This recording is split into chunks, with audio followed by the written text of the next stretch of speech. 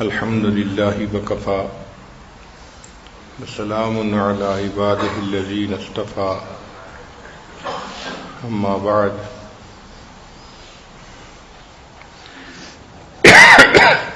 أعوذ بالله من الشيطان الرجيم بسم الله الرحمن الرحيم وقل رب زدني علما وقال رسول الله صلى الله عليه وسلم العلم نور سبحان ربك رب العزة عما يصفون وسلام على المرسلين والحمد لله رب العالمين اللهم صل على سيدنا محمد وعلى آل سيدنا محمد وبارك وسلم.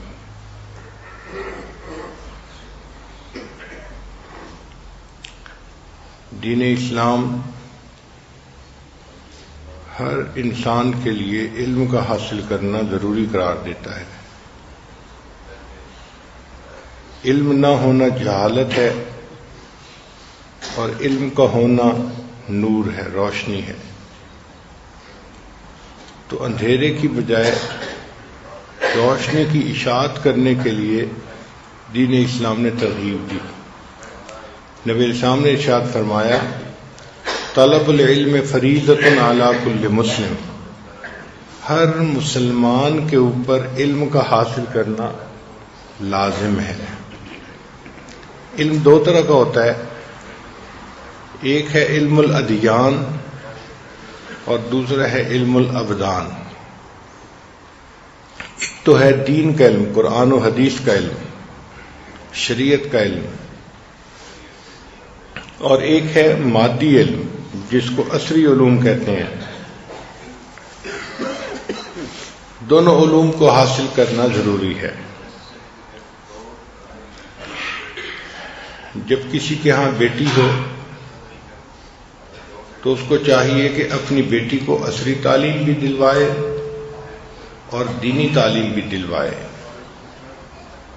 مرد پڑھا فرد پڑھا، عورت پڑھی خاندان پڑھا. جب عورت پڑھ لیتی ہے تو آنے والے وقت میں وہ گھر کی ملکہ ہوتی ہے، ماں ہوتی ہے، اور اپنے سارے بچوں کو وہ اپنے علم سے فائدہ پہنچا سکتی ہے. اس لیے عورت کا علم حاصل کرنا اور بھی زیادہ ضروری ہے. نبی علیہ الصلوۃ والسلام کی مبارک زندگی میں دیکھیں تو آپ صلی اللہ علیہ وسلم جس طرح صحابہ کرام کو علم دیتے تھے، اسی طرح صحابیات کے لیے بھی علمی محفل کا انتظام کرتے تھے. چنانچہ احادیث میں ہے کہ نبی علیہ السلام نے بدھ کا دن متعین کیا تھا جس میں خواتین آتی تھیں اور نبی علیہ السلام ان کو باز فرماتے تھے اور وہ اپنے مسائل نبی علیہ السلام سے دریافت کرتی تھیں. چنانچہ یہ جو مدرسۃ النبوہ تھا، نبی علیہ السلام کا مدرسہ تھا، اس کی پہلی طالبات نبی علیہ السلام کی ازواج مطہرات تھیں. سیدہ صدیقہ رضی اللہ عنہا بھی ایک طالبہ تھیں، سیدہ حفصہ رضی اللہ عنہا، ام سلمہ رضی اللہ عنہا، یہ تمام ازواج مطہرات اس مدرسے کی طالبات تھیں اور یہ نبی علیہ الصلوۃ والسلام سے دین سیکھتی تھیں. چنانچہ کئی امہات المومنین قرآن مجید کی حافظہ تھیں اور کئی امہات المومنین نے حدیث مبارکہ کی روایت کی. ان میں سیدہ صدیقہ رضی اللہ تعالی عنہا نے تقریباً 2000 سے زیادہ احادیث کی روایت فرمائی ہے اور اللہ نے ان کو دین میں ایسی فقاہت عطا فرمائی تھی، سمجھ عطا فرمائی تھی کہ بڑے بڑے صحابہ مسائل پوچھنے کے لیے ان کی خدمت میں حاضری دیتے تھے.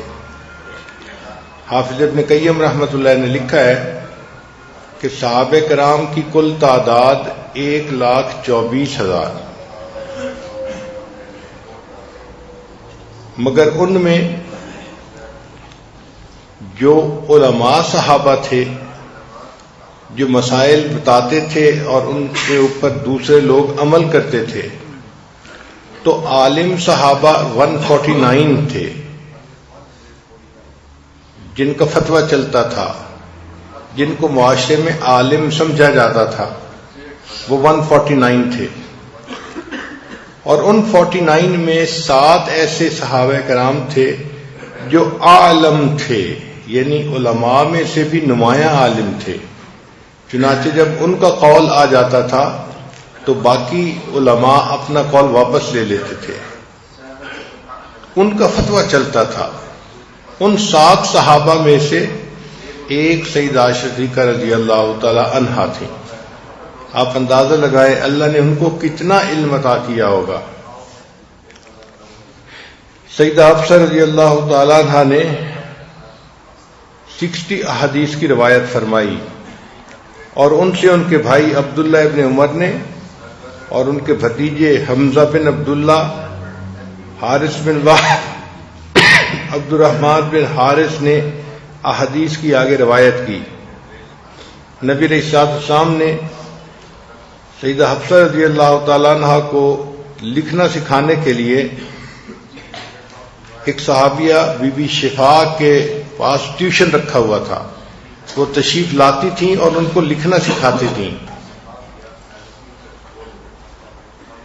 ام سلمہ رضی اللہ تعالی عنہ سیدہ صدیقہ رضی اللہ تعالی عنہ کے بعد سب سے زیادہ فقہ اور حدیث میں بلند مقام رکھتی تھیں، بہت سمجھدار تھیں۔ ان کو دین کا اتنا شوق تھا کہ ایک مرتبہ اپنے بال جو ہے گندوا رہی تھیں، تو ایک خاتون تھی باندھی تھی جو بال کنگھی کر رہی تھی، اس میں جمعے کا دن تھا۔ نبی علیہ الصلوۃ والسلام نے خطبہ شروع فرما دیا، تو جیسے نبی علیہ السلام نے فرمایا یا ایھا الناس، تو ام سلمہ عنہا نے فوراً اپنی باندھی سے کہا کہ اس کو سمیٹ دو، کیونکہ ہمیں نبی علیہ الصلوۃ والسلام کی نصیحت کو سننا ہے۔ اس نے کہا ابھی تو نبی علیہ السلام نے یا ایھا الناس ہی کہا ہے۔ تو ام سلمہ عنہا نے فرمایا کہ کیا ہم یا ایھا الناس میں شامل نہیں ہیں؟ ہم بھی تو شامل ہیں، لہذا ہمیں متوجہ ہو کے بات سننی چاہیے۔ تو یہ ایسی طالبات تھیں کہ جو نبی علیہ الصلوۃ والسلام کی تعلیمات کو ضبط کرنے کے لیے کوئی موقع نہیں گنواتی تھیں۔ اسماء بنت ابی بکر سیدہ صدیقہ عنہا کی بڑی بیٹی تھیں، اور اللہ نے ان کو خوابوں کی تعبیر کا علم عطا کیا تھا۔ چنانچہ وہ نبی علیہ الصلوۃ والسلام سے خوابوں کی تعبیر سیکھا کرتی تھی، پوچھا کرتی تھیں۔ پھر ان سے خوابوں کی تعبیر کا علم سعید ابن مسیب رحمۃ اللہ علیہ نے حاصل کیا، اور ان سے ابن سیرین رحمۃ اللہ علیہ نے حاصل کیا، جنہوں نے تعبیر الرؤیا ایک مشہور معروف کتاب خوابوں کی تعبیر کے اوپر لکھی۔ تو اس سے پتہ چلتا ہے کہ نبی علیہ السلام کے دور میں صحابیات علم حاصل کرنے میں پیچھے نہیں تھیں، اس لیے قرآن مجید کی حفاظت میں صحابیات نے بھی اپنا کردار پورا ادا کیا۔ بہت ساری ایسی خواتین جو صحابیات تھیں وہ قرآن مجید کی حافظہ تھیں اور قرآن مجید کے علوم کی واقف تھیں۔ پھر یہ سلسلہ آگے تابعین میں چلا، تو تابعین کے طبقہ میں بہت ساری ایسی خواتین تھیں کہ جنہوں نے علم کو حاصل کیا۔ چنانچہ حفصہ بنت سیرین، یہ محمد ابن سیرین رحمۃ اللہ کی بہن تھیں، اور یہ قرآن مجید کے علم میں بہت نمایاں مقام رکھتی تھیں۔ انہوں نے زندگی کے 35 سال اپنے گھر کے ایک کمرے میں گزار دیے، جس کو مسجد بیت کہتے ہیں، گھر کی مسجد، اور 35 سال یہ اعتکاف کی نیت سے اس کمرے میں رہیں۔ صرف وضو تازہ کرنے کے لیے باہر نکلا کرتی تھیں، پھر واپس اسی کمرے میں جاتی تھیں، اور وہاں پر ان کے پاس خواتین آتی تھیں، قرآن پڑھتی تھیں، بچے آتے تھے، قرآن پڑھتے تھے۔ قرآن مجید میں اللہ نے ان کو اتنی مشق عطا فرمائی تھی کہ محمد ابن سیرین رحمۃ اللہ علیہ بھی کبھی کبھی کوئی آیت پڑھنے میں اگر جھجک محسوس کرتے تو اپنی بہن سے پوچھتے تھے کہ مجھے یہ آیت کیسے پڑھنی ہے، یہ لفظ کیسے ادا کرنا ہے، اور یہ اپنے بھائی کی تصحیح فرمایا کرتی تھیں۔ اللہ اکبر کبیرہ، سارا دن بچوں کو پڑھاتی تھیں، پھر ساری رات اسی مسجد میں یہ قرآن مجید تہجد کے اندر پڑھا کرتی تھیں۔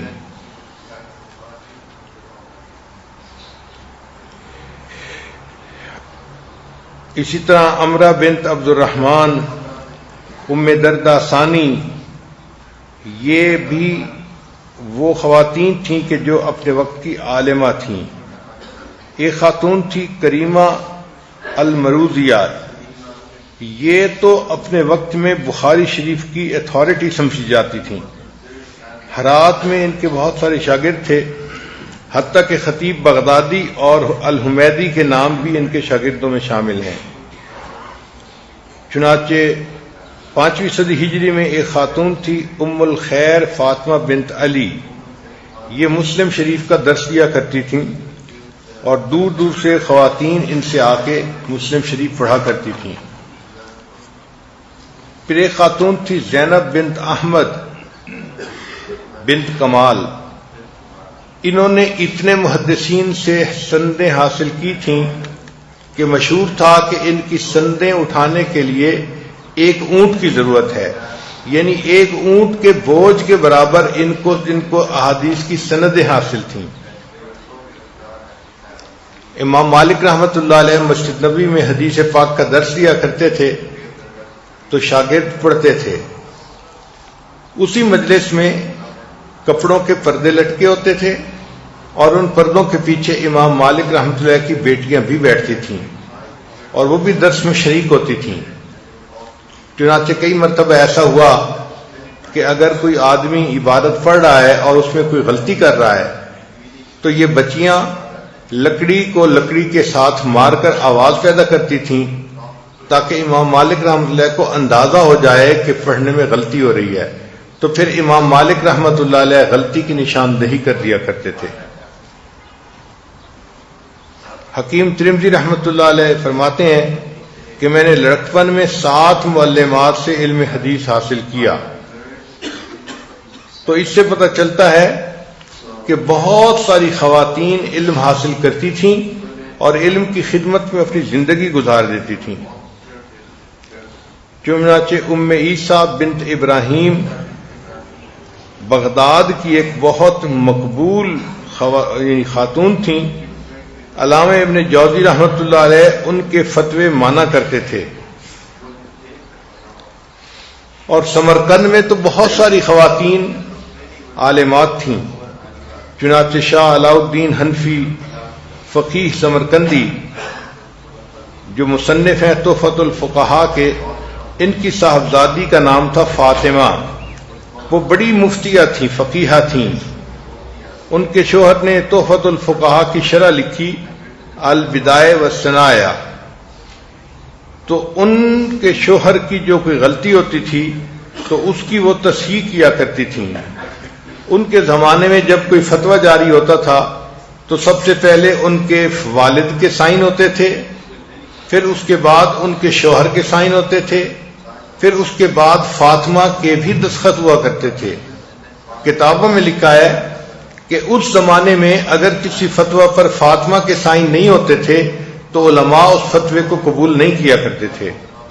اس سے اندازہ لگائیں کہ خواتین نے علم میں کتنا رسوخ حاصل کر لیا تھا، اور پھر علم حاصل کرنے کے لیے اس زمانے میں ان کو سفر بھی کرنے پڑے تھے۔ چنانچہ ام حسین بنت احمد نیشاپور سے بغداد تک کا سفر علم حاصل کرنے کے لیے انہوں نے کیا۔ پھر ایک خاتون تھی ام علی تقیہ بنت ابو الفرج، انہوں نے بغداد سے مصر کا سفر کیا اور اسکندریہ میں امام ابو طاہر احمد بن محمد سلفی سے علم حاصل کیا۔ ام محمد زینب بنت احمد، ان کا وطن بیت المقدس تھا، لیکن یہ حدیث پاک کا علم حاصل کرنے کے لیے مختلف شہروں کا سفر کیا کرتی تھی، حتیٰ کہ امام ذہبی رحمۃ اللہ علیہ نے ان کو المرأۃ الراحلہ کا لقب دیا کہ ایک ایسی خاتون کے جو مسافر ہی رہا کرتی تھیں، سفر ہی سفر کرتی تھیں حدیث پاک کا علم حاصل کرنے کے لیے۔ ایک خاتون تھی شمس الضحیٰ بنت محمد، اس نے شیخ طریقت شیخ ابو نجیب سہروردی رحمۃ اللہ کی خدمت میں رہ کر سلوک طے کیا اور دیگر محدثین سے حدیث کا سماع بھی کیا۔ تو ان واقعات سے پتہ چلتا ہے کہ اس زمانے میں خواتین علم حاصل کرنے کے لیے سفر بھی کرتی تھیں اور علم کی خدمت کے لیے وہ اپنی زندگی کے اوقات کو وقف بھی کرتی تھیں۔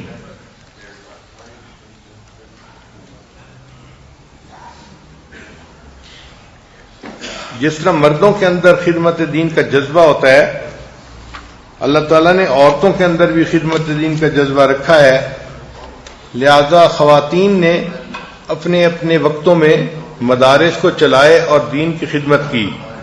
سلطان صلاح الدین ایوبی کی ایک بہن تھی جو عالمہ اور فاضلہ خاتون تھی، اس نے دمشق میں ایک عظیم الشان مدرسہ تعمیر کروایا اور اس مدرسے کا نام مدرسہ خاتونیہ پڑ گیا، چونکہ خاتون بنانے والی تھی تو مدرسہ خاتونیہ کے نام سے وہ مشہور ہوا، اور اس کے اخراجات کے لیے انہوں نے اپنی بہت بڑی جائیداد وقف کر دی تھی۔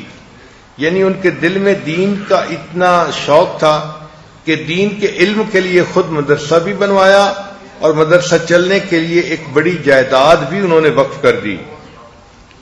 چنانچہ بی بی مریم اندلسیہ، یہ اندلس کے اندر ایک عالمہ تھیں 4 صدی ہجری میں، انہوں نے اشبیلیہ میں ایک درسگاہ قائم کی جس میں علم کا شوق رکھنے والی خواتین دور دور سے آ کر ان سے تعلیم حاصل کیا کرتی تھیں۔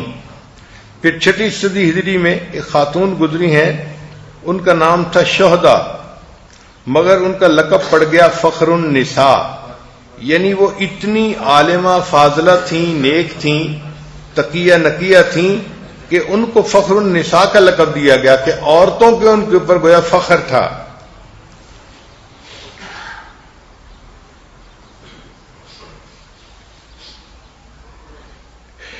ایک خاتون تھی بی بی مریم بنت علی، یہ حدیث فقہ اور نحو کے علم میں بہت مشہور تھیں۔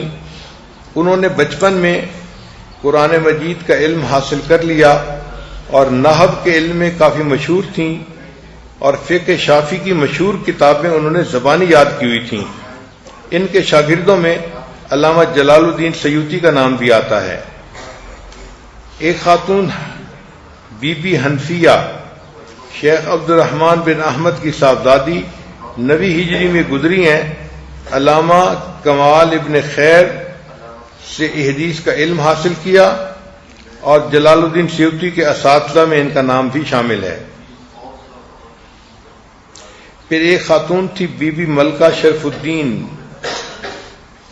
یہ 8ویں صدی ہجری میں تھیں اور ابن حجر عسقلانی ان کے شاگرد تھے۔ تو یہ وہ خواتین تھیں جنہوں نے علم حدیث حاصل کیا، علم قرآن حاصل کیا اور اپنے وقت میں دین کے علوم کی انہوں نے خدمت کی۔ آج کے دور کی بچیوں کو بھی چاہیے کہ وہ عصری علوم بھی حاصل کریں اور دینی علوم بھی حاصل کریں۔ عصری علوم اتنا حاصل کریں کہ وہ اپنے گھر کے معاملات کو سمجھ سکیں، اپنے ہونے والے بچوں کو تعلیم میں خود مدد دے سکیں۔ اگر ماں ہی ان پڑھ ہو تو وہ بچوں کی تعلیم کا ٹریک نہیں رکھ سکتی، اس لیے ماں کا اپنا بھی لکھا پڑھا ہونا ضروری ہے۔ لیکن یہ بھی ٹھیک نہیں کہ آج کل کے دور میں جوان بچی کو بیرون ملک یونیورسٹیوں میں اکیلا بھیج دیا جاتا ہے، تو حالات کی خرابیوں کی وجہ سے اور برائیوں کی وجہ سے پھر اس کو منع کر دیا جاتا ہے۔ اپنے گھر میں رہتے ہوئے قریب کی یونیورسٹی میں، کالج میں جو تعلیم حاصل کر سکتی ہے، بچی کو چاہیے کہ وہ دن میں جائے اور تعلیم حاصل کر کے شام کو گھر واپس آئے تاکہ اپنے ماں باپ کے پاس زندگی گزارے۔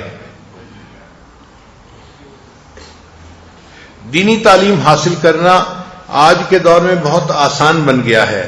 ایک وقت تھا کہ مدارس میں جانا پڑتا تھا اور وہاں جا کر وقت گزارنا پڑتا تھا، تو خواتین کے مسائل تھے کہ ان کو لے جانے والا مرد موجود نہیں ہوتا تھا، کون ان کو لے کے جائے اور پھر کون ان کو واپس لے کے آئے۔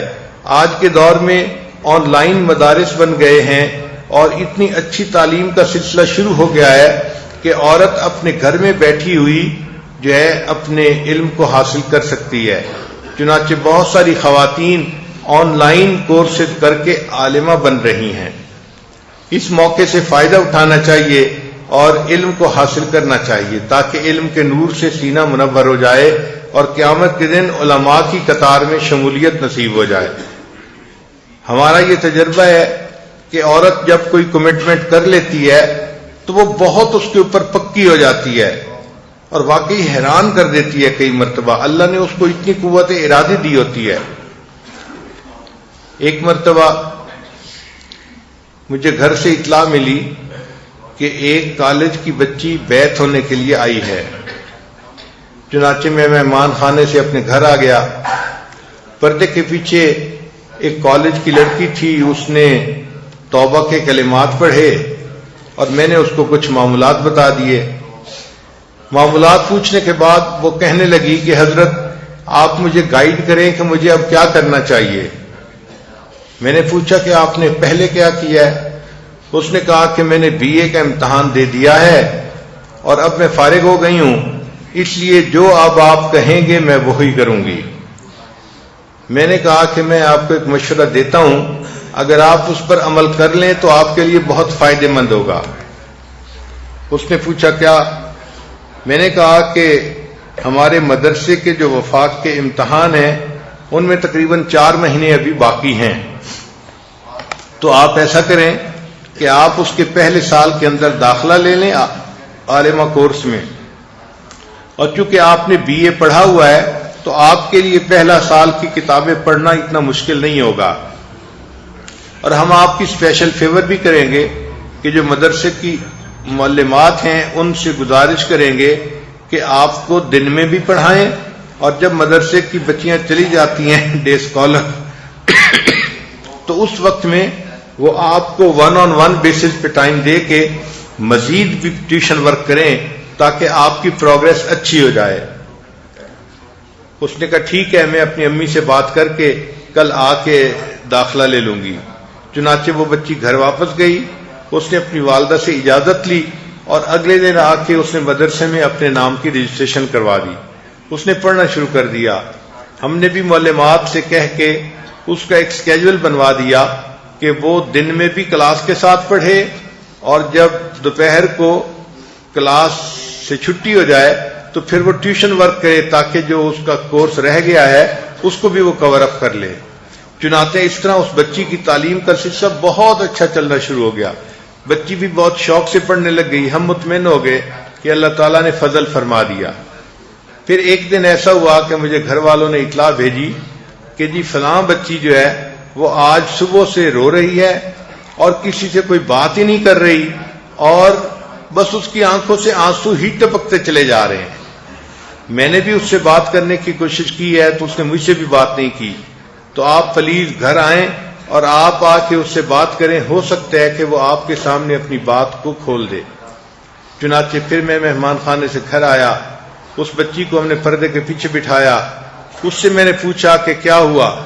جیسے ہی پوچھا کیا ہوا اس بچی نے تو اونچا اونچا رونا شروع کر دیا، ایسے جیسے گھر کا کوئی بندہ فوت ہو جاتا ہے نا، اس طرح غمزدہ ہو کے وہ بچی رو رہی تھی. تو مجھے محسوس ہوا کہ some thing is seriously wrong some where. بچی بہت زیادہ دکھی ہے، پریشان ہے، تو اس کی پریشانی کا کوئی حل ڈھونڈنا چاہیے. چنانچہ تھوڑی دیر کے بعد میں نے اس بچی سے کہا کہ آپ ذرا میری بات تو سنیں، مگر وہ اتنا رو رہی تھی کہ میری بات تو اس تک شاید پہنچ ہی نہیں رہی تھی. تو پھر میں نے تھوڑی دیر کے بعد اسے کہا کہ دیکھیں اگر تو آپ کا مسئلہ رونے سے حل ہوتا ہے تو میں بھی تھوڑی دیر آپ کے ساتھ بیٹھ کے رو لیتا ہوں، اور اگر میری بات سن کے اس پر عمل کرنے سے مسئلہ حل ہوتا ہے تو آپ رونا بند کریں اور میری بات کو سنیں. چنانچہ اس بچی نے ہمت کر کے جو چپ ہو گئی، سسکیاں لے رہی تھی، اور اس نے پھر میری بات سنی. میں نے اس سے کہا کہ آپ مجھے بتائیں کہ آپ کا مسئلہ ہے کیا تاکہ اس کا کوئی حل سوچا جائے. اس نے کہا جی کہ مسئلہ یہ ہے کہ میرے والدین نے میری شادی کی تاریخ طے کر دی ہے امتحان سے 3 دن پہلے. اب اگر امتحان سے 3 دن پہلے میری رخصتی ہو جائے گی تو میں تو ان دنوں میں امتحان نہیں دے سکتی، میرا تو سال ضائع ہو گیا، اور میں انکار بھی نہیں کر سکتی، اور والدین کے فیصلے ہیں، انہوں نے فیصلہ بھی کر دیا اور اناؤنس بھی کر دیا۔ تو میں نے کہا اچھا یہ مجھے بتاؤ کہ تمہاری شادی ہو کہاں رہی ہے، رشتہ داروں میں یا کہیں باہر؟ اس نے کہا نہیں، میری پھوپھی کا بیٹا ہے، میرا فرسٹ کزن ہے، اس کے ساتھ ہو رہی ہے۔ میں نے کہا اچھا اب میری ایک بات سنو کہ پھوپھی کا بیٹا یا اتنا فرسٹ کزن، آدمی کو کچھ نہ کچھ اس کی شخصیت کا اندازہ ہوتا ہے۔ کہتے ہاں میں بچپن میں ہم اکٹھے کھیلتے تھے، میں جانتی ہوں اس کو کہ اس کی شخصیت کیسی ہے۔ میں نے کہا اچھا یہ بتائیں کہ جب آپ ایسا کریں کہ آپ اپنی امی سے یہ کہیں کہ شادی کے جو کپڑوں کی تیاری ہے وہ آپ نے کرنی ہے اور میری باقی بہنوں نے کرنی ہے، میں مدرسے پڑھتی رہوں گی، اور جس دن رخصتی ہے اس سے ایک دن پہلے میں مدرسے سے واپس آ جاؤں گی۔ اس نے ماں سے بات کی تو والدہ نے بات کو مان لیا، چنانچہ بچی مدرسے میں پڑھتی رہی، اور جس دن اس کی رخصتی تھی اس سے ایک دن پہلے وہ مدرسے سے گھر واپس گئی۔ پھر بعد میں شادی کے بعد اس نے واقعہ سنایا کہ جب میں گھر گئی تو میری ساری رشتہ دار خواتین آئی ہوئی تھیں، وہ بڑی انتظار میں تھیں، جیسے ہی میں گئی مجھے کہنے لگ گئیں تم کہاں چلی گئی تھی، ہم تمہارے انتظار میں بیٹھی تھیں۔ پھر امی نے مجھے کہا کہ دیکھو وہ جو مہندی لگانے والی عورت ہے وہ آئی ہوئی ہے، تمہارے انتظار میں ہے، جلدی کرو ہاتھ پاؤں پہ مہندی لگوا لو۔ اب ہاتھ پاؤں پہ مہندی لگوانا تھا تو وہ کہنے لگی کہ میں نے امی سے کہا کہ امی مجھے لوگوں کے سامنے بیٹھ کے مہندی لگوانے میں حیا محسوس ہوتی ہے، کتنا اچھا ہو کہ آپ مجھے اوپر کی سٹوری پہ بھیج دیں۔ ہمارے گھر کے اوپر کی سٹوری پہ بھی کچھ کمرے تھے، تو امی نے کہا ٹھیک ہے تم اوپر چلی جاؤ۔ چنانچہ میں اوپر چلی گئی، وہاں تنہائی تھی، وہاں میں نے ہاتھوں پہ بھی مہندی لگوا لی، پاؤں پہ بھی مہندی لگوا لی اور بیٹھ گئی۔ اب اکیلی تھی تو میں نے اپنی چھوٹی بہن کو بلایا اور اس کو کہا کہ دیکھیں میں آپ کو اتنے پیسے دوں گی، آپ میری مدد کریں۔ اس نے پوچھا کیا؟ میں نے کہا مدد یہ ہے کہ یہ جو میری کتاب ہے نا اس کا صفحہ آپ آ کے الٹ جایا کریں، کیونکہ میں مہندی کی وجہ سے اس کا صفحہ الٹ نہیں سکتی۔ چنانچہ میری چھوٹی بہن آ کے کتاب کا صفحہ الٹ جاتی اور میں اس کتاب کو بیٹھی پڑھ رہی تھی، اور وہ کتاب صرف اور نحو کی تھی۔ کہنے لگی کہ اس رات بھی میں پوری رات صرف نحو کی کتابیں پڑھتی رہی، حتیٰ کہ رخصتی والے دن جب میں جدا ہو رہی تھی تو میں دلہن بنی ہوئی تھی، اور میرے پاس میک اپ کا جو ہے نا باکس تھا جو میں نے اپنے ساتھ رکھنا تھا، اسی باکس کے ساتھ میں نے صرف اور نحو کی کتابیں بھی اپنے ساتھ رکھ لی۔ جب میں اگلے گھر گئی تو وہاں پر انہوں نے دلہن کو ریسیو کیا تو بہت ساری خواتین تھیں جو آ گئیں کمرے میں، باتیں کرتی نہیں۔ پھر کچھ دیر کے بعد خواتین نے کہا کہ اچھا اب ہم جاتی ہیں کیونکہ آپ کے شوہر نے آنا ہے۔ خواتین چلی گئیں۔ وہ کہنے لگی کہ میں اب دلہن بنی بیٹھی ہوں اور میں اس گھونگھٹ کے اندر کتاب چھوٹی سی تھی صرف نحو کی، وہ بیٹھی پڑھ رہی تھی اور میں صرف کی گردانیں یاد کر رہی تھی، حتیٰ کہ جب دروازہ کھلا اور مجھے پتہ چلا کہ میرا ہسبینڈ کمرے کے اندر آ رہا ہے تو میں نے ان دونوں کتابوں کو تکیے کے نیچے رکھ دیا اور اپنے ہسبینڈ کے ساتھ اپنا وقت گزارا۔ جب صبح فجر کی نماز پڑھی تو ہسبینڈ آیا، ہم تو آخر فرسٹ کزن تھے، طبیعتیں ایک دوسرے کو پہلے ہی جانتی تھیں، اور اب تو ایک رات ہم نے اکٹھی گزار لی تھی تو طبیعتیں ایک دوسرے سے بہت زیادہ واقف ہو چکی تھیں۔ تو میں نے اپنے ہسبینڈ سے ناشتے کے وقت بات کی کہ میں ایک عربی کورس کر رہی تھی، اب میرے امتحان کا وقت بہت قریب آ گیا ہے، آپ پلیز اگر میری مدد کریں تو میرا 1 سال بچ سکتا ہے، ورنہ میرا 1 سال ضائع ہو جائے گا۔ ہسبینڈ نے پوچھا کہ کیا؟ میں نے کہا کہ 2 دن کے بعد میرا پیپر ہے اور دلہن کو اپنے گھر سے نکلنے کی اجازت نہیں ہوتی، اب آپ نے مجھے کمرے امتحان میں پہنچانا ہے اور پیپر کے بعد وہاں سے لے کے آنا ہے۔ اس نے کہا اچھا میں کوئی اسکیم بناتا ہوں۔ چنانچہ اگلے دن اس نے اپنی امی سے بات کی کہ امی میں نے نیا سائیکل موٹر خریدا ہے اور آج کل میں نے آفس سے بھی چھٹی لی ہوئی ہے 1 ہفتے کے لیے، تو اگر میں ناشتے کے بعد اپنی بیوی کو گھمانے کے لیے شہر میں لے جاؤں 1 گھنٹے کے لیے تو کوئی اعتراض تو نہیں ہے؟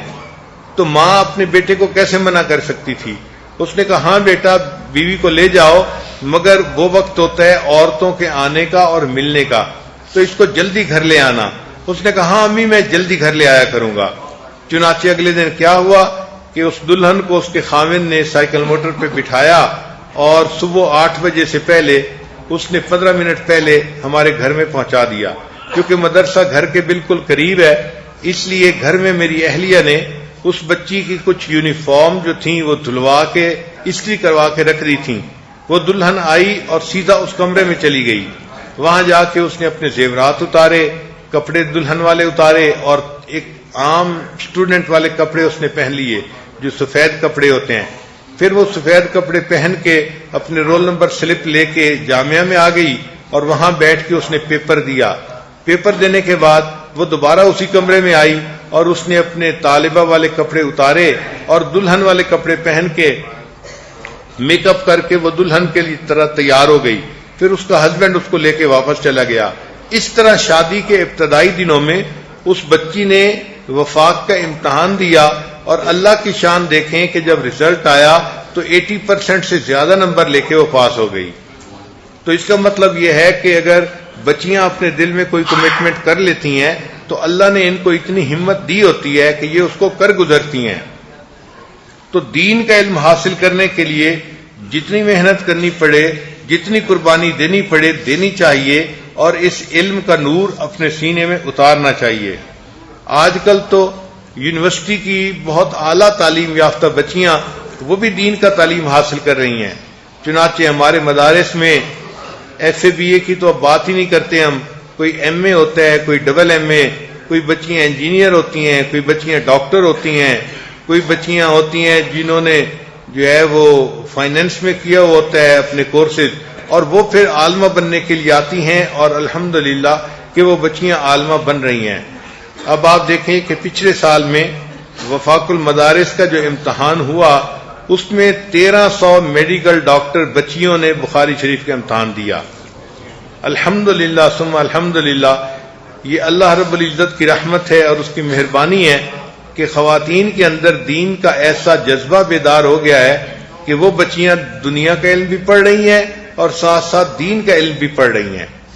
چنانچہ ہماری ایک بچی، اس کا نام تھا ڈاکٹر کومل، اس نے فاطمہ جناح میڈیکل کالج سے امتحان پاس کیا اور ہر سال وہ کالج کے اندر ٹاپ کرتی رہی، ہر سال ٹاپ کرتی رہی. جب لاسٹ ایئر تھا تو اس میں بھی اس نے ٹاپ کیا. چنانچہ جب مدرسے کی کنوکیشن ہوئی تو سالانہ جلسے میں اس کو پرنسپل نے سٹیج پہ بلایا اور کہا کہ یہ وہ بچی ہے جو اپنے میڈیکل کے اندر اس وقت تک 20 گولڈ میڈل لے چکی ہے. یعنی کیا مزے کی بات ہے کہ میڈیکل کی تعلیم میں بھی اس بچی نے 20 گولڈ میڈل حاصل کیے، اور پرنسپل نے کہا کہ 21 گولڈ میڈل دینے کے لیے میں اس کو سٹیج پہ بلا رہا ہوں. اور یہ وہ سال تھا کہ جب اس نے ہمارے مدرسے میں بخاری شریف میں بھی ٹاپ کیا تھا. یوں سمجھیں کہ اس نے 22 گولڈ میڈل حاصل کیے تھے. تو ایسی بچیاں جو یونیورسٹیوں میں بھی گولڈ میڈل حاصل کریں، مدارس میں بھی گولڈ میڈل حاصل کریں، ہمیں اللہ کی ذات سے امید ہے اللہ تعالیٰ قیامت کے دن بھی ان کو گولڈ میڈل ہی عطا فرمائیں گے. اس سال ہماری ایک بچی ہے جو ہارورڈ سے پڑھی ہوئی ہے اور M D P H D ہے. اول تو M D P H D سن کے ہی بندہ حیران ہو جاتا ہے کہ اتنی اعلیٰ تعلیم یافتہ بچی، اور اس نے بھی اس سال جو ہے عالمہ کا کورس اس میں داخلہ لے لیا. اب وہ الحمدللہ آئندہ 2-3 سالوں میں عالمہ بن جائے گی. اب M D P H D ہو اور عالمہ بھی ہو اور وہ دین کا کام کرے تو اس کے دین کے کام میں برکت ہوتی ہے. تو الحمدللہ کہ آج کے دور میں اللہ رب العزت نے دین اسلام کی تقویت کے لیے یہ ایک نیا سلسلہ ایسا شروع کروا دیا ہے کہ جس کی وجہ سے بچیاں دنیا کا علم بھی حاصل کر رہی ہیں اور ساتھ ساتھ دین کا علم بھی حاصل کر رہی ہیں اور خوب دین کے کام میں لگی ہوئی ہیں.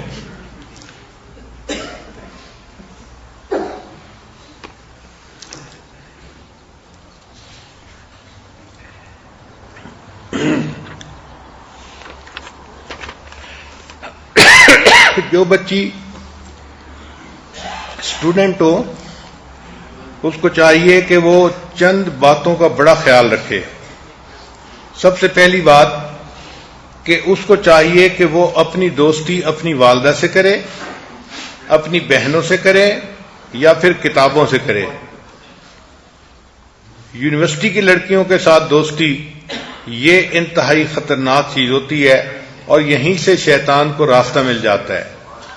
تو سب سے پہلا کام یہ کرنا چاہیے کہ علم حاصل کرنے والی بچی کو دوستی اپنی والدہ سے اور اپنی بہنوں سے کرنی چاہیے یا پھر کتابوں کے ساتھ دوستی کرنی چاہیے. یہ بہت امپورٹنٹ پوائنٹ ہے. پھر اگر وہ پڑھنا چاہتی ہے تو اس کو چاہیے کہ وہ اس طرح سے بات کو سمجھے کہ جب پڑھ لے تو اس کو آگے پڑھا سکے. Knowing is being able to teach it. پڑھنا اس کو کہتے ہیں کہ بندے کو اتنی سمجھ آ جائے کہ اگر وہ کسی اور کو سمجھانا چاہے تو اس کو سمجھا سکے. پھر ایک سائنٹیفک ریسرچ ہے, اس کو 48 آور رول کہتے ہیں, کہ انسان کو جب بھی کوئی پیس آف انفارمیشن ملتا ہے تو وہ اس کے روم میں آ جاتا ہے. اب وہ اس کے روم میں جب آ جاتا ہے تو یہ چیز 48 آورز تک اس کے روم میں رہتی ہے.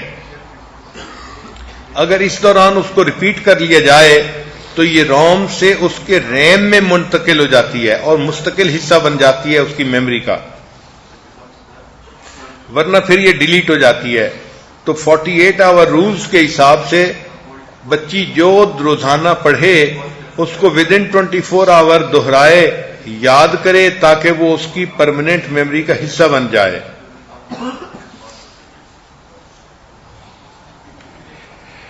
پھر جو کچھ پڑھا جائے کلاس فیلوز کے سامنے اس کو ایکسپلین کرنے کی کوشش کریں. ہمارے مدارس کے اندر ایک تکرار کا عمل ہے جو بہت ہی فائدہ مند ہے. لکل شیء باب و باب العلم تکرار. ہر چیز کا ایک دروازہ ہوتا ہے اور علم کا دروازہ تکرار ہے. چنانچہ مدارس میں جو بچیاں پڑھتی ہیں وہ بھی پڑھنے کے بعد کلاس فیلوز کے ساتھ بیٹھ کے تکرار کرتی ہیں. تو کوئی اگر ایسی صورت ہو کہ بچی جو پڑھے روزانہ کسی دوسرے کے ساتھ بیٹھ کے تکرار کر لے تو اس سے اس کے علم میں اور زیادہ اضافہ ہو جائے گا. اگر کوئی کویسچن ہو تو کویسچن فوراً پوچھنا چاہیے. Ask question immediately. کویسچن پوچھنے میں کوئی جھجک محسوس نہیں کرنی چاہیے. نبی علیہ السلام نے ارشاد فرمایا, حسن السؤال نصف العلم. اچھے طریقے سے سوال کرنا یہ بھی آدھا علم ہوتا ہے.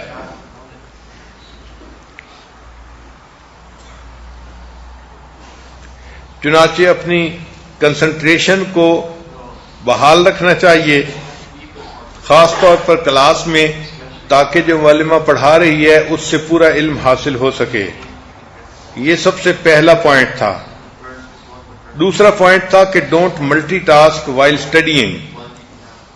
بچوں میں ایک بڑی خراب عادت ہوتی ہے کہ پڑھنے کے دوران وہ ایک وقت میں دو کام کر رہے ہوتے ہیں. یہ ملٹی ٹاسکنگ پڑھنے کے لیے بہت نقصان دہ ہوتی ہے. چنانچہ پڑھنے کے دوران ڈو ناٹ یوز فون اور انٹرنیٹ اور اس طرح کی کوئی اور چیز, کوئی اور کام ساتھ مت رکھیں. کئی بچیوں کو عادت ہوتی ہے گھروں میں ٹی وی کے سامنے بیٹھ کے پڑھتی ہیں, تو ایسی بچیوں کی پڑھائی اچھی نہیں ہوتی. اسی طرح ڈرائیونگ کے وقت میں بھی فون کا استعمال اچھا نہیں ہوتا, اس سے بچنے کی ضرورت ہوتی ہے. Effect of multitasking on student is always negative. پھر تیسرا پوائنٹ ہے سلیپ ویل تھنک ویل. جب آپ کی نیند اچھی ہوگی تو پھر آپ کی سوچ بھی بہتر کام کرے گی. چنانچہ ریسرچ کی گئی ہے یونیورسٹیوں میں کہ 1 نائٹ اگر سلیپ لیس کوئی بندہ گزارے تو اس کی 30% میموری اس سے متاثر ہوتی ہے, ریڈیوس ہو جاتی ہے. بعض بچیاں پیپر کے دنوں میں پوری رات جاگتی رہتی ہیں, سوتی نہیں ہیں. تو یہ بچیاں جب پیپر حل کرنے کے لیے کمرے امتحان میں جاتی ہیں تو پیپر کے دوران ان کو نیند آ رہی ہوتی ہے, اور اگر نیند نہ بھی آئے تو ان کی میموری کا 30% حصہ ان کے پاس نہیں ہوتا, تو اس کا نقصان ہی ہوتا ہے.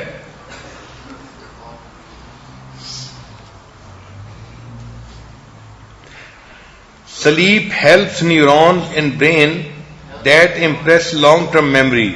چنانچہ اگر اچھی نیند ہو تو انسان کی جو لانگ ٹرم میموری ہے وہ زیادہ بہتر ہوتی ہے. پھر چوتھا پوائنٹ جو ایک اسٹوڈنٹ کو اپنے سامنے رکھنا چاہیے کہ taking breaks destresses the mind. پڑھنے کے دوران 1 منٹ 2 منٹ کی اگر بریک لے لی جائے تو اس سے انسان کے ذہن میں سٹریس کم ہو جاتا ہے. مثلا نماز پڑھ لی, درمیان میں اٹھ کے وضو کر لیا, اس قسم کے چھوٹی چھوٹی بریک درمیان میں لے لینے سے انسان پھر فریش ہو جاتا ہے۔ پھر 5واں پوائنٹ کہ ریپیٹ ٹو ریممبر، جب آپ کسی چیز کو ریپیٹ کریں گی تو وہ آپ کی پرماننٹ میموری کا حصہ بن جائے گی۔ ریسرچ بتاتی ہے کہ 90% of what we learn in class is forgotten in first 30 days if we do not repeat it۔ پھر 6واں پوائنٹ ہے کہ ایٹ اے ہیلدی ڈائٹ، اچھا کھانا کھانا چاہیے، مناسب کھانا کھانا چاہیے۔ اور 7واں ہے اوائڈ کلوٹر ڈیورنگ اسٹڈی۔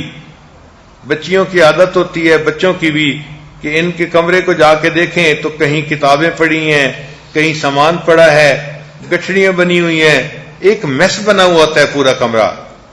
تو ایک اسٹوڈنٹ بچے کو اپنا کمرہ میس نہیں بنانا چاہیے، بلکہ اس کو صاف ستھرا رکھنا چاہیے۔ جب چیزیں رکھنی ہیں تو ان کو ترتیب سے رکھنا، صفائی سے رکھنا، یہ ایک اچھی عادت ہوتی ہے۔ پھر make list of two do things with time, یعنی کچھ کام ہوتے ہیں جو کرنے ہوتے ہیں تو زبانی کریں گے تو کچھ کر لیں گے، کچھ رہ جائیں گے۔ بہتر طریقہ یہ ہے کہ اس کی لسٹ بنا لی جائے اور پھر ان کو ٹک کیا جائے کہ یہ کام میں نے کر لیے اور یہ کام رہ گئے۔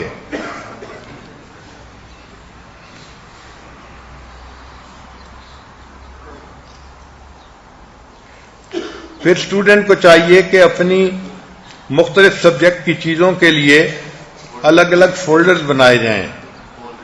فولڈرز الگ الگ ہونا، اس سے طالب علم کا کام کافی آسان ہو جاتا ہے، اس کی چیزیں سارٹڈ رہتی ہیں اور آپس میں مکس نہیں ہوتی، ورنہ ایک چیز کو ڈھونڈنے میں وہ ساری چیزوں کو الٹ پلٹ کر دیتے ہیں۔ یہ وہ مینجمنٹ ہے جو کسی بھی طالبہ کو کام آ سکتی ہے اور اس سے اس کے تعلیم میں اس کا فائدہ ہو سکتا ہے۔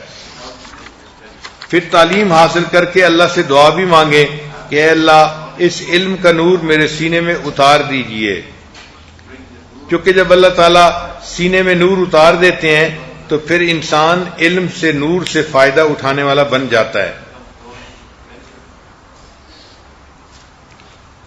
تاریخ میں ایسی ایسی خواتین بھی گزری ہیں کہ جو قرآن و حدیث کا علم رکھتی تھیں اور اللہ تعالیٰ کی بہت مقبول بندیوں میں شامل تھیں، عبادت گزار تھیں، اور وقت کے بڑے بڑے علماء ان سے اپنے لیے دعائیں کروایا کرتے تھے۔ چنانچہ ایک بی بی تھی، اس کا نام تھا آمنہ رملیہ۔ ایک مرتبہ وہ بیمار تھیں تو ان کی عادت کے لیے بشر حافظ رحمۃ اللہ علیہ تشریف لائے، اور تھوڑی دیر کے بعد امام احمد بن حنبل رحمۃ اللہ علیہ بھی تشریف لائے۔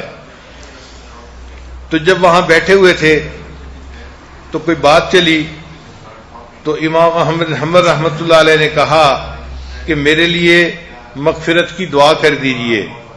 چنانچہ امام احمد نے ان سے اپنی بخشش کی دعا کروائی۔ آپ ذرا غور کیجئے، امام احمد بن حنبل رحمۃ اللہ علیہ کا علمی اعتبار سے کیا رتبہ تھا، اتنے بلند رتبے پہ جو فائز شخصیت تھی وہ بھی اس خاتون سے دعا کروا رہی ہے۔ چنانچہ انہوں نے سب کے لیے دعا کر دی، بخشش کی۔ امام احمد بن حنبل رحمۃ اللہ علیہ فرماتے ہیں اگلے دن میں بیٹھا ہوا تھا، اچانک میری گود میں ایک پرچی چھوٹی سی آ کر گری۔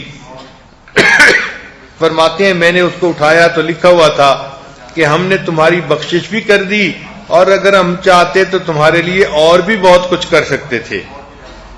یعنی دعا مانگنے والے کی دعا اتنی اللہ کے ہاں قبول تھی کہ اللہ نے بخشش کا وعدہ بھی فرما دیا اور ساتھ یہ بھی بتا دیا کہ یہ تو ایک چیز مانگی گئی تھی، اگر اس سے اوپر بھی کچھ مانگتے تو ہم وہ بھی عطا کر دیتے۔ تو اللہ کی ایسی بھی نیک بندیاں ہوتی ہیں کہ جن کی دعائیں اس طرح قبول ہوتی ہیں کہ اللہ فرماتے ہیں کہ یہ دعا تو میں نے قبول کر لی، اس کے علاوہ بھی کچھ ہوتا تو میں وہ بھی قبول کر لیتا۔ تو بچی اپنی زندگی میں جب ایک اسٹوڈنٹ ہو تو اس کو چاہیے کہ وہ بہترین طالبہ بنے اور اپنی زندگی علم حاصل کرنے میں خوب مصروف رکھے تاکہ علم کے نور سے سینہ منور ہو اور یہ علم کا نور اس کو پوری زندگی کام آئے۔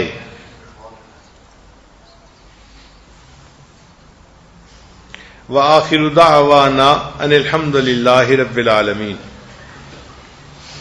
دعا سے پہلے تھوڑی دیر کے لیے مراقبہ کر لیجئے، آنکھوں کو بند کر لیجئے، سر کو جھکا لیجئے، دنیا اور جو کچھ دنیا میں ہے اس سے ہٹ کٹ کے اللہ رب العزت کی یاد میں ڈوب جائیے۔ انسان جب اپنے اندر جھانکتا ہے اسے اپنی اصل تصویر نظر آتی ہے۔ اپنے من کے دریچے کو کھولیے، اپنی اصل تصویر کو دیکھیے۔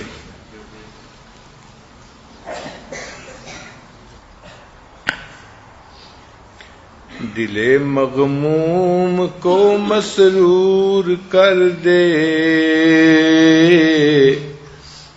دل بے نور کو پر نور کر دے، فروزاں دل میں شمع طور کر دے، یہ گوشہ نور سے معمور کر دے، میرا ظاہر سنور جائے الہی، میرے باطن کی ظلمت دور کر دے، میرا ظاہر سنور جائے الہی، میرے باطن کی ظلمت دور کر دے، مَے وحدت پلا مخمور کر دے، محبت کے نشے میں چور کر دے، مَے وحدت پلا مخمور کر دے، محبت کے نشے میں چور کر دے۔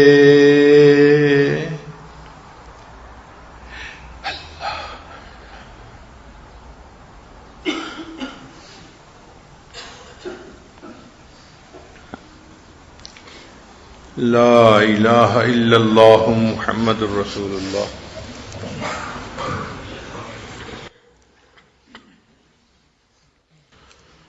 سبحان ربی الوہاب، اللہم صلی علی سیدنا محمد وعلی آل سیدنا محمد وبارک وسلم۔ اللہم انت السلام ومنک السلام، تبارکت الجلال والاکرام۔ اے پروردگار عالم، ہمارے صغیرہ کبیرہ گناہ معاف فرما۔ اللہ وہ گناہ جو ہم نے دن میں کیے معاف فرما، وہ گناہ جو ہم نے راتوں میں کیے معاف فرما۔ اللہ وہ گناہ جو ہم نے محفلوں میں کیے معاف فرما، وہ گناہ جو ہم نے تنہائیوں میں کیے معاف فرما۔ اے میرے مولا، وہ گناہ جو ہم نے ارادوں سے کیے معاف فرما، وہ گناہ جو ہم نے بنا ارادے کیے معاف فرما۔ پروردگار عالم، جو گناہ ہمیں یاد ہیں وہ بھی معاف فرما، وہ گناہ جو ہم کر کے بھول گئے وہ بھی معاف فرما۔ اے میرے مولا، ہم ظاہر میں بندے ہیں، حقیقت میں نہایت گندے ہیں۔ اللہ من کی گندگیوں کو دور فرما، اللہ دلوں کی سختیوں کو دور فرما۔ پروردگار عالم، انگ انگ سے اپنے ذکر کو جاری فرما، روئیں روئیں سے اپنے ذکر کو جاری فرما، ہڈی ہڈی بوٹی بوٹی میں اپنی محبت پیدا فرما۔ اللہ ہمیں قرضوں سے محفوظ فرما، مرضوں سے محفوظ فرما، حاسدین کے حسد سے محفوظ فرما، دشمنوں کی دشمنی سے محفوظ فرما، جان مال کی حفاظت فرما، عزت آبرو کی حفاظت فرما۔ اللہ ہمارے ایمان کی حفاظت فرما۔ اے بے کسوں کے دستگیر، اے ٹوٹے دلوں کو تسلی دینے والے، اے خالی جھولیوں کو بھر دینے والے، اے میرے مولا، بڑی دور سے آئے ہیں، بڑی دیر سے آئے ہیں، اللہ بڑی امیدیں لے کے آئے ہیں۔ پروردگار عالم، ہماری امیدوں کو پورا فرما۔ اے میرے مولا، اس شخص کے اوپر کوئی حسرت نہیں ہوتی جو بت کدے سے نکل کر جہنم میں ڈال دیا جائے۔ اللہ، حسرت تو اس کے اوپر ہوگی جو پیدا مسلمان گھرانے میں ہوا، ماں باپ نے کلمہ پڑھنا سکھایا، وقت کے ساتھ حافظ بنایا، عالم بنایا، اللہ بزرگوں کی صحبت میں رہا، اللہ تیرے گھر میں آیا، آپ نے قبول نہ فرمایا، پھر اٹھا کے جہنم میں ڈال دیا۔ اللہ، اس سے زیادہ تو بدبخت کوئی نہیں ہوگا، اللہ اس سے زیادہ شقی تو کوئی نہیں ہوگا جو تیرے نیک بندوں کی محفلیں بھی اٹینڈ کرتا رہا، اللہ ان کی صحبت میں بھی بیٹھا رہا، اللہ پھر بھی آپ نے قبول نہ کیا۔ اے میرے مولا، ہمیں بدبخت ہونے سے بچا لیجئے، اللہ شقی ہونے سے بچا لیجئے۔ پروردگار عالم، اپنے مقبول بندوں میں شامل فرما لیجئے۔ اے میرے مولا، ہمارے ساتھ رحمت کا معاملہ فرما دیجئے۔ اللہ آپ نے قرآن مجید میں فرمایا یا ایھا الناس انتم الفقراء، اور دوسری جگہ فرما دیا انما الصدقات للفقراء۔ اے میرے مولا اگر صدقات فقیروں کے لیے ہیں، اللہ ہمیں اپنی ستاری کا صدقہ دے دیجئے، اللہ غفاری کا صدقہ دے دیجئے، اللہ اپنی کریمی کا صدقہ دے دیجئے۔ اے میرے مولا آپ نے قرآن مجید میں فرمایا ادعونی استجب لکم، تم مجھ سے دعا مانگو میں دعائیں قبول کروں گا۔ اے میرے مولا ہم آپ کے سامنے ہاتھ پھیلائے بیٹھے ہیں، اللہ دلوں کی تمام نیک تمناؤں کو پورا فرما، نیک حاجات کو پورا فرما، پروردگار عالم اپنے مقربین بندوں میں شامل فرما۔ اے میرے مولا یوسف علیہ السلام کے بھائیوں کی طرح ہمارا حال ہے، اللہ وہ بھی پیسے پورے نہیں لائے تھے، غلہ پورا مانگتے تھے، اللہ ہم بھی آج آپ کے در پہ حاضر ہیں، سچی بات ہے عمل کہاں پورے ہونے، ٹوٹے پھوٹے عمل بھی پورے نہیں، مگر میرے مولا آپ سے آپ کی رضا چاہتے ہیں، اللہ ہمیں اپنی رضا عطا فرما، اپنی لقاء عطا فرما، اللہ ہم سے راضی ہو جا، پیارے اللہ ہم سے راضی ہو جا، اللہ اگر راضی نہیں ہونا پھر بھی ہم سے راضی ہو جا۔ اے میرے مولا ہمیں اپنے نیک لوگوں میں شامل فرما، پروردگار عالم اپنے محبین میں شامل فرما۔ اے میرے مولا جیسا آپ چاہتے ہیں ہمیں ویسا بننے کی توفیق عطا فرما۔ اللہ آپ نے قرآن مجید میں فرمایا وَأَمَّا السَّائِلَ فَلَا تَنْهَرْ، سوالی کو انکار نہ کرو، جھڑکی نہ دو۔ اللہ جب ہم کمزوروں کے حکم ہیں میرے مولا ہم بھی تو آپ کے در کے سوالی ہیں، اللہ کا انکار نہ کیجئے، اللہ جھڑکی نہ دے دیجئے، اللہ منع نہ کر دیجئے۔ اے میرے مولا راضی ہو جائیے، پیارے اللہ مان جائیے، اے میرے اللہ مان جائیے۔ اللہ اگر نہیں راضی ہونا اتنے برے اعمال کر کے آئے ہیں، اے میرے مولا ہمارے عملوں کو نہ دیکھیے گا، گنبد خضرا کو دیکھ لیجئے گا، اے میرے مولا ہمارے عملوں کو نہ دیکھیے گا، اللہ آقا کی راتوں کی نمازوں کو دیکھ لیجئے گا، اے میرے مولا ہمارے عملوں کو نہ دیکھیے گا، آقا کے متورم قدمین کو دیکھ لیجئے گا، اے میرے مولا آقا کی آنکھوں کو دیکھ لیجئے گا، اللہ ان کے امتی کا لحاظ کر لیجئے گا، اے میرے مولا ہمارے تمام گناہوں کو معاف فرما، اللہ ہمیں بخشا ہے یہاں سے واپس لٹا۔ اے پروردگار عالم رمضان المبارک کے آخری ایام باقی ہے، اللہ یہ قیمتی وقت ہاتھ سے نکلا جا رہا ہے، اللہ اگر آپ نے ہماری مغفرت نہ کی اللہ پھر اور کون سا موقع آئے گا جب ہم اپنی مغفرت کروا سکیں گے، اللہ ہمیں یہاں سے بخشایا واپس لوٹا۔ پروردگار عالم دور بیٹھی جو عورتیں آمین کہہ رہی ہیں اللہ ان کی نیک مرادوں کو بھی پورا فرما، اللہ ان کی نیک تمناؤں کو بھی پورا فرما، اللہ گھروں کو جنت کا گہوارہ بنا، اللہ آپس میں الفت محبت عطا فرما۔ اے میرے مولا عورت ایک کمزور ذات ہوتی ہے، اللہ وہ اپنے دل کا دکھ اور درد بھی بیان نہیں کر سکتی، اللہ وہ جائیں تو کس در جائیں، مانگے تو کس سے مانگے۔ اے میرے مولا آپ دلوں کے بھید جانتے ہیں، اللہ ان کے دلوں کی نیک مرادوں کو پورا فرما، اللہ ہماری اولادوں کو دین کے لیے قبول فرما، اللہ قیامت تک آنے والی نسلوں کو دین کے لیے قبول فرما، اللہ پورے گھر کو خاندان کو دین کے لیے قبول فرما۔ اے میرے مولا ہمیں مانگنا نہیں آتا، بن مانگے عطا فرما۔